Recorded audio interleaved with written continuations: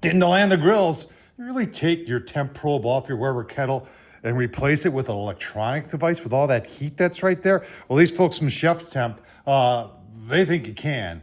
And they sent one to the land of grills in hopes that I would try it out. They didn't even ask. I just showed up. It's one of those things. I said, what the heck is this? This thing's got a lot of things it does, folks. Not only is it electronic, and you know, we're going to wonder, and we're going to test and see how that handles the heat, but it also has an app, and it'll also, through the magic of Bluetooth and Wi-Fi, connect up to, I think, 4 probes inside your grill, and it'll also hook up to a thermostatically controlled blower and tell it what to do. There's a lot going on here. Let's get started. All right, we got the silly thing off the Weber kettle. Do I think this is the perfect application for it? No, I don't.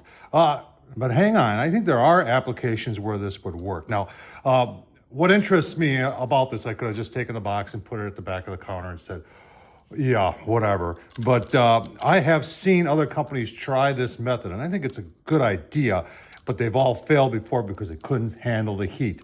I think the ChefsTemp people have come up with a way, and you can see we've got air gaps going through there. We got stainless steel back here, and it does sit proud. And so you can get plenty of airflow, so it shouldn't overheat. And there's a lot of cool things going on. I want to take a look at it online, show you all that. This thing is relatively long too, but you're saying, well, what applications would this work in? And I don't want to lose you here, so let's just talk about where you could use this. All right, great thing about the Land of Grills is we have options we can look at here. So Kamados, would this work in a Kamado? Well, they have this thing, and they sent me this too, and it's called the Brizo.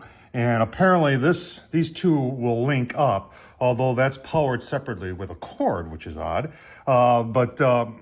These two will talk to each other, and this thing here will tell that when to turn on based on the temp right here.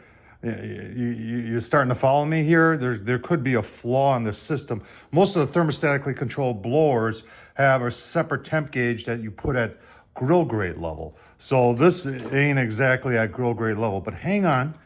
Could be an application where this might work at grill grade level. Could you use it on a gas grill? I suppose we could take that out and pop that in there, but then it's taking the temps at the very top of the grill. But if we went into the side of the grill at grill grade level here, remember, you know, you're saying, well, then you got to bend down to read this. Well, no, hang on. So they've got an app here, and you're hooked up to Wi-Fi. Remember, I'm 63 years old and a little bit of technologically disadvantaged here. But if Tom can figure out how to get this hooked up to Wi-Fi, if I can do it, well, so can you. So it hooked up to Wi-Fi and Bluetooth, really simple. So being able to see this isn't really that big of a deal. And with the longer probe, that might be an option for a gas grill, but you know, maybe not. Back here at the Z-Grill is one of my favorite pellet grills, double wall construction. And when I saw this, I said, you know, this might be the perfect thing for the Z-Grills. Now you can see our temp probe for the PID is right up here, and it's at the top grade level. And I do a lot of low and slow at this top grade because it's nice and big. I'll leave the link down below. And this thing is double walled, so oopsie doodles. This thing will, look at that. It'll definitely fit through there. This may be the perfect application, having one probe on this side and putting another probe on that side. And, you know, that might work. So an application like this, maybe for an offset smoker or something like that, where you want to put it directly opposite of the firebox, that might be an application for this. Speaking of pellet grills that get hot, RecTech Bullseye Deluxe. We put this thing in here, and I think we're going to fire this up. We're going to take these 3 screws out. We'll put them back in so we plug the holes, take this out, and mount this right in the side. Get this fired up, put it on high, and see how this thing does with heat. While we're getting that set up, let's go look at this thing online, talk about cost, talk about some of the specifics on this, and look at the system itself. All right, before I fire it up, I got it in the Bullseye Deluxe. If you were to put this in Weber kettle, it does fit through the hole, so you don't have to drill a bigger hole. And you're saying the thing looks heavy, and I don't think there's more than a pound or 2 there. But what I wanted to show you is that this whole outer puck comes off, and you're saying, well, why would you want that? So they sell these parts that has the actual probe in it separately. So you could install this in several grills. And then you can see there's a notch right there. And you got to get that notch lined up on the center point here. Just like that. And then turn it to get it back in. And then you got to give it a second or two. And it goes back to the actual outside temp. Yeah, right there. So that is a pretty cool option if you wanted to use this in multiple grills. All right, got the bullseye fired up. PID in here works very, very nicely. Got it set at 250. Now its probe, you can see, is right at grill grade level. I put 2 pucks over on the side where the probe is going to be. And some of you are going to ask, well, how long is that probe? And that's a good question. How long is it? A little over 3 inches, about 3 1/4. Typically the probes will read right at the tip.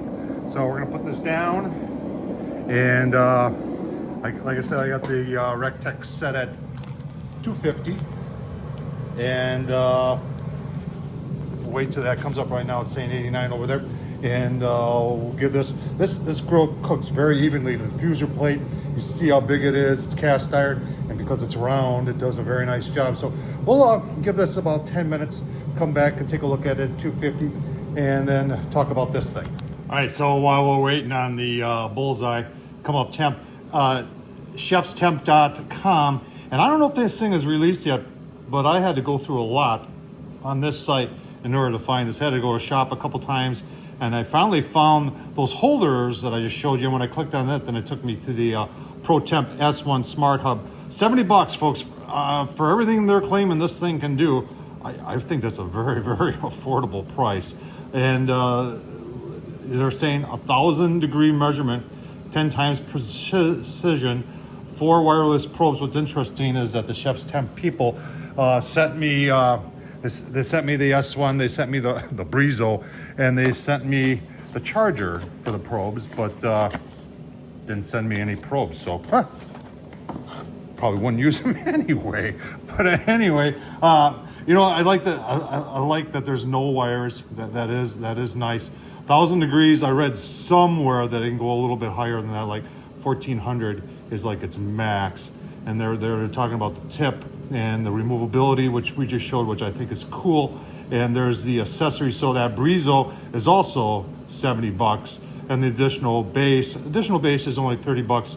And that charger without any probes looks to be, I don't know, 16 to 204. I would imagine that the box with just that in it is the 16 and $204 for 4 probes. Wow, that is pretty pricey. Let's keep on going. All right, like I said, the app was relatively simple to use.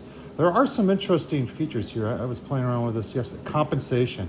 So I do like this, and I've had other PID controllers in the past where you can do this on.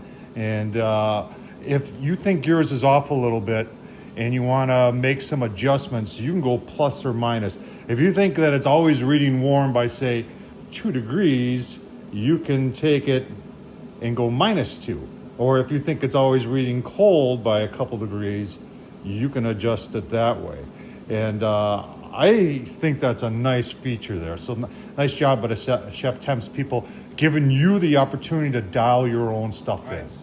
Probably a little more than 5 minutes, but we're up to temp already on the Rectech 249. Look at that, 250. I'm not even gonna look at the pucks. That's pretty impressive. Now I just went to 252. It does read in single digits, if you're wondering if it goes more than that.